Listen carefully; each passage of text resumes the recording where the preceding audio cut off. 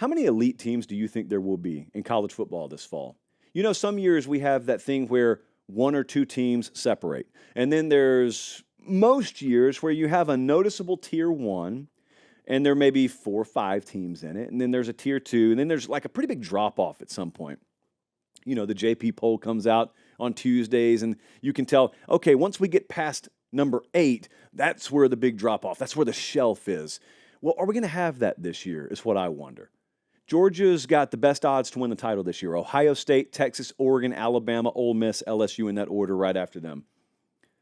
If Georgia's defensive line is up to their usual standard, Georgia could end up being an elite team this year. Texas, if their defensive line is able to replace in the aggregate the talent they lost, they could be an elite team this year. Oregon, secondary, for example. Bama, secondary. If those teams fill those voids and they backfill with the talent they've portaled in or recruited. Ohio State on the offensive line, by far the biggest question in Columbus. If any of these teams that have high-level rosters have answered those questions in the affirmative, these could be elite teams. Any of them or all of them could. So what kind of season are we going to have? Because the answer to that question goes much, much further than just, is one of those teams going to win the title? It goes to opening the door for like a dozen other teams. Let's just pick randomly. Let's pick Kansas State.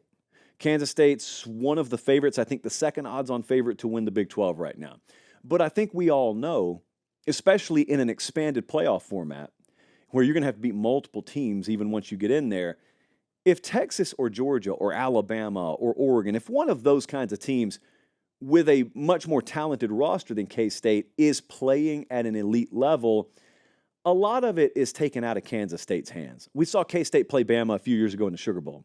And you knew if, you had a bunch of ifs with Alabama, if they don't bring their fastball, if Bryce Young and Will Anderson don't start, K-State can beat them. Well, they did start. Bama did bring their fastball. And so a lot of the variability is taken out of the equation. Well, my point, any year in college football, when we don't have a draft in this sport, you get to go hand pick your roster, and the halves get to load up before you ever even get a shot at the buffet.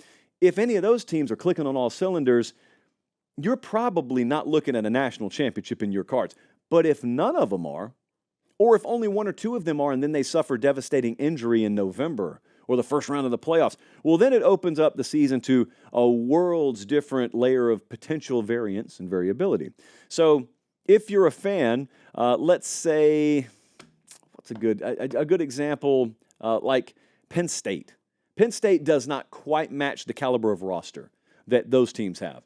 But if you looked at the odds column put up a second ago, Penn State has top 10 national championship odds.